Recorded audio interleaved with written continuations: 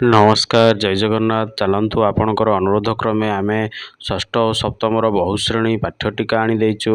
ଏହି ପାଠ୍ୟଟିକା କିଭଳି ଭାବରେ ଗାର ପଡ଼ିବ ଏବଂ କିଭଳି ଭାବରେ ଲେଖିବା, ତା ସହିତ ବହୁ ଶ୍ରେଣୀ ପାଠ୍ୟକ୍ରମରେ କିଭଳି ଅଦିତି, ବୋଧ, ଅଭ୍ୟାସ, ପ୍ରୟୋଗ, ପ୍ରସାର କିଭଳି ସନ୍ନିବେଶିତ କରାଯିବ ସେଗୁଡ଼ିକ ଜାଣିବା। ତ ଦେଖନ୍ତୁ, ପ୍ରଥମେ ଆପଣ ଗାର ଟାଣିବେ। ପ୍ରଥମ ହେଉଛି ତାରିଖ, ତାପରେ ଆପଣଙ୍କର ଶ୍ରେଣୀ, ତାପରେ ଆପଣଙ୍କର ବିଷୟ ଓ ପ୍ରସଙ୍ଗ, ତାପରେ ପିରିୟଡ଼, ତାପରେ ଧାରଣା ଓ ଦକ୍ଷତା ଯାହାକୁ ଆମେ କମ୍ପିଟେନ୍ସି ଗୋଲ୍ କହୁଛୁ। ସେହିଭଳି ପ୍ରତ୍ୟାଶିତ ଫଳାଫଳ ଏଲ୍ଓ ଯାହାକୁ କହୁଛୁ ବା ଲର୍ଣ୍ଣିଂ ଆଉଟକମ୍। ସେହିଭଳି ଏଲ୍ଏ କହୁଛୁ ଆମେ ଲର୍ଣ୍ଣିଂ ଆକ୍ଟିଭିଟିଜ୍।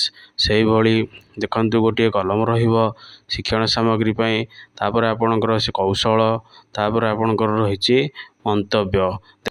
ତ ଦେଖନ୍ତୁ, ଆପଣଙ୍କର ପ୍ରସାରଟି ଆପଣଙ୍କର ରହିଛି ଗୋଟିଏ ବିବିଧ କାର୍ଯ୍ୟ କରିବା ପାଇଁ, ତୁମ ପାଇଁ କାର୍ଯ୍ୟ ଯେଉଁଠି ସେଇଠି ପ୍ରସାର। ସେହିଭଳି ପ୍ରୟୋଗ ହେଉଛି ଆପଣଙ୍କର, ଦେଖନ୍ତୁ, ଯେଉଁଠି ଆପଣ ଆଗରୁ ମୂଲ୍ୟାୟନ କରୁଥିଲେ, ସେଗୁଡ଼ିକ ବିଭିନ୍ନ ପ୍ରକାରର କୋଶ୍ଚିନ୍ ଦେଉଥିଲେ।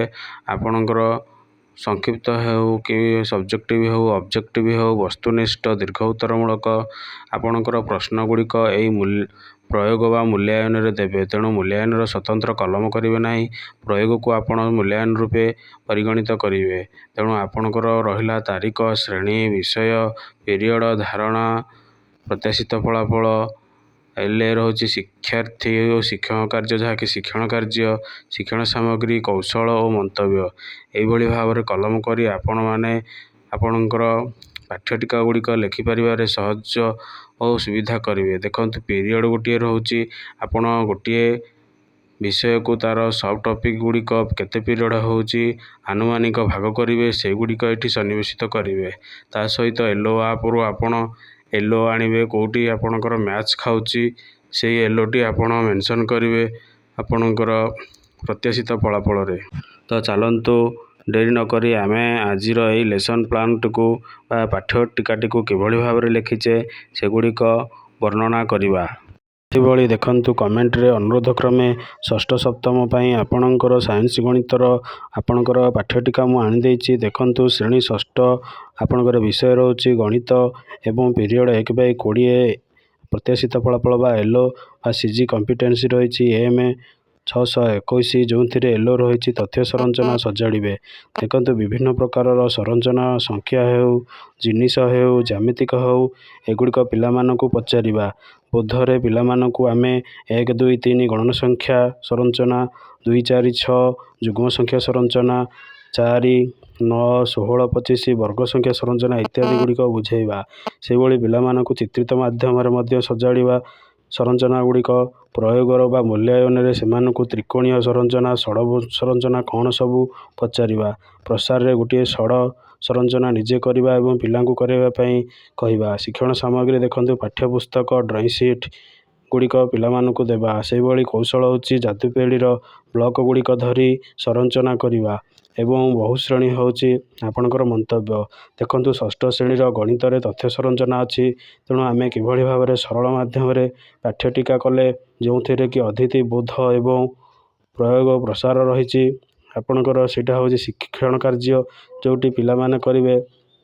ତେଣୁ କମ୍ପିଟେନ୍ସି ଏବଂ ଏଲ୍ଓ ବେସ୍ ସହିତ ଆପଣଙ୍କର ଶିକ୍ଷଣ ସାମଗ୍ରୀ କୌଶଳ ଗୁଡ଼ିକ ରହିଛି। ସେହିଭଳି ଦେଖନ୍ତୁ, ଷଷ୍ଠ ଶ୍ରେଣୀ ବିଜ୍ଞାନ ପିରିୟଡ଼ 10ରେ ରହିଛି ଆପଣଙ୍କର ସାଇନ୍ସ 603ରେ ପରିସ୍ଥାନ, ବିଜ୍ଞାନର ଚମତ୍କାର ଦୁନିଆ, ଯେଉଁଥିରେ ପିଲାମାନଙ୍କୁ ବିଭିନ୍ନ ସ୍ଥାନ, ମରୁଭୂମି ଏବଂ ଜଙ୍ଗଲ, ମହାକାଶ ବିଷୟରେ ପଚାରିବା।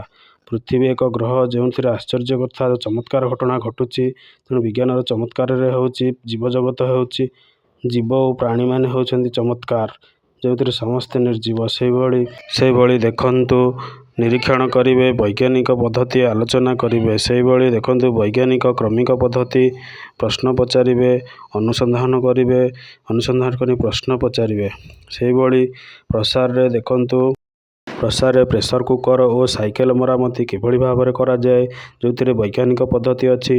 ସେହିଭଳି ଆମର ସାମଗ୍ରୀ ହେଉଛି ବିଜ୍ଞାନ ବହି, ଚିତ୍ର ଇତ୍ୟାଦି। ସେହିଭଳି ଆମର ବୈଜ୍ଞାନିକ ପଦ୍ଧତି ହେଉଛି ଟେକ୍ନିକ୍ ବା କୌଶଳ ଏବଂ ମନ୍ତବ୍ୟ ହେଉଛି ବହୁ ଶ୍ରେଣୀ ପାଠ୍ୟଟିକା। ସେହିଭଳି ସପ୍ତମ ବିଜ୍ଞାନ ଦେଖନ୍ତୁ, 2/15 ଆପଣଙ୍କର ଏମ୍ 706, 1,00,000 ଆପଣଙ୍କର ଗଣିତ ରହୁଛି 1 ଲକ୍ଷ ସଂଖ୍ୟା ସହ ପରିଚୟ ବଡ଼ ସଂଖ୍ୟାକୁ ବୁଝିବା। ଅତିଥିରେ ଦେଖନ୍ତୁ ଚିନ୍ତା କରି ପ୍ରଶ୍ନ ପଚାରିବା। 2011 ଜନଗଣନାରେ ଆପଣଙ୍କର ବରଗଡ଼ ଜିଲ୍ଲାରେ କେତେ ଜନସଂଖ୍ୟା ଥିଲା? ସେହିଭଳି 1 ଲକ୍ଷ ଲୋକଙ୍କୁ ଧାଡ଼ି କଲେ କେତେ କିଲୋମିଟର ହେବ? ଯେହେତୁ 1 ଲକ୍ଷ ସଂଖ୍ୟାର ପରିଚୟ କରିବା, ତେଣୁ କମ ଜାଗାରେ 1 ଲକ୍ଷ କେଶ ମଧ୍ୟ କେତେ ରହିପାରେ? ସେହିଭଳି ମାଈ ମାଛ 1 ଲକ୍ଷ ଅଣ୍ଡା ଦେଇପାରେ। ତ ଆପଣଙ୍କର ଏଇଗୁଡ଼ିକ ରହୁଛି ଆପଣଙ୍କର ପ୍ରୟାସରେ। ସେହିଭଳି ଅଭ୍ୟାସରେ ଦେଖନ୍ତୁ 1 ଲକ୍ଷ ସଂଖ୍ୟା ଗୁଡ଼ିକ ଲେଖିବା। ସେହିଭଳି ପ୍ରୟୋଗରେ ସ୍ଥାନମାନ ଅନୁସାରେ ଲେଖ 500, 5,05,50,50। ସେହିଭଳି ପ୍ରୟୋଗରେ ଲକ୍ଷ୍ୟକୁ ଅକ୍ଷର ଓ ସଂଖ୍ୟାରେ ଲେଖ। ସେହିଭଳି ଗଣିତ କଳିକା କିଟ୍, ସାମଗ୍ରୀ ବହି ଏବଂ ସଂଖ୍ୟା ସାରଣୀ। ସେହିଭଳି ରହୁଛି ଆପଣଙ୍କର ସ୍ଥାନମାନ ପଦ୍ଧତି ବହୁଶ୍ରେଣୀ ପରିଚାଳନା। ସେହିଭଳି ସପ୍ତମ ଶ୍ରେଣୀ ବିଜ୍ଞାନ ଦେଖନ୍ତୁ ରହିଛି ଚିର ବିକାଶଶୀଳ ବିଜ୍ଞାନ ଜଗତ, ଯେଉଁଥିରେ ଆପଣଙ୍କର ଧାରଣା ହେଉଛି ଏବଂ ସବଜେକ୍ଟ ଅନୁସନ୍ଧାନ କରିବା। ଦେଖନ୍ତୁ ଅତିଥିରେ ଖାଦ୍ୟ ଅମ୍ଳ କି ଖଟା ତାହା ଜାଣିବା। ସେହିଭଳି ମହମବତୀ ଜଳିଲେ ପରିବର୍ତ୍ତନ କ'ଣ ହୁଏ? ଏହିଗୁଡ଼ିକ ପ୍ରଶ୍ନ ପଚାରିବା ଅତିଥିରେ। ସେହିଭଳି ବୋଧ ପାଇଁ ପରୀକ୍ଷଣ କରି ଜାଣିବା, ଅନୁଧ୍ୟାନ କରିବା। ସେହିଭଳି ଅଭ୍ୟାସରେ ବାରମ୍ବାର ପରୀକ୍ଷଣ କରିବା। ସେହିଭଳି ପ୍ରୟୋଗରେ ଖାଦ୍ୟ ଫଳ ଗୁଡ଼ିକ ଦେଖି କେଉଁଗୁଡ଼ିକ ଅମ୍ଳ ଚିନ୍ତା କରିବା। ସେହିଭଳି ଖଟା ଖାଦ୍ୟ ଅମ୍ଳ ବୋଲି ପଚାରିବା।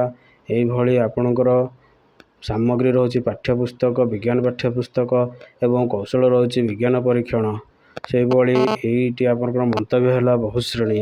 ଏହିଭଳି ଭାବରେ ଆପଣମାନେ 6, 7, 8 ଶ୍ରେଣୀମାନଙ୍କର ଆପଣଙ୍କର ପାଠ୍ୟଟିକା କରିପାରିବେ। ତ ଆପଣମାନଙ୍କର ଏହିଭଳି ପାଠ୍ୟଟିକା ଗୁଡ଼ିକ ବର୍ତ୍ତମାନ ଉପାଦେୟ ରହିଛି, ଯେଉଁଥିରେ ଅତିଥି ବୋଧ ଅଭ୍ୟାସ ଆପଣଙ୍କର ପ୍ରୟୋଗ ପ୍ରସାର ସମ୍ମିଳିତ ହେବ ଏବଂ ସେଥିରୁ କ'ଣ ରହୁଛି ମୁଖ୍ୟ ଜିନିଷଟି ବୋଧରେ ପ୍ରକାଶ ପାଇବ ଏବଂ ଶିକ୍ଷଣ ସାମଗ୍ରୀ ସହିତ ମୂଲ୍ୟାୟନ ମଧ୍ୟ ଆପଣମାନେ କୋଶ୍ଚିନ୍ କରିବେ। କିନ୍ତୁ ଅତିଥିରେ ସରଳ ପ୍ରଶ୍ନ ମଧ୍ୟ ପିଲାମାନଙ୍କୁ ପଚାରି କ୍ଲାସ୍କୁ ଆପଣମାନେ ଟ୍ରାଞ୍ଜାକ୍ସନ୍ କରିପାରିବେ।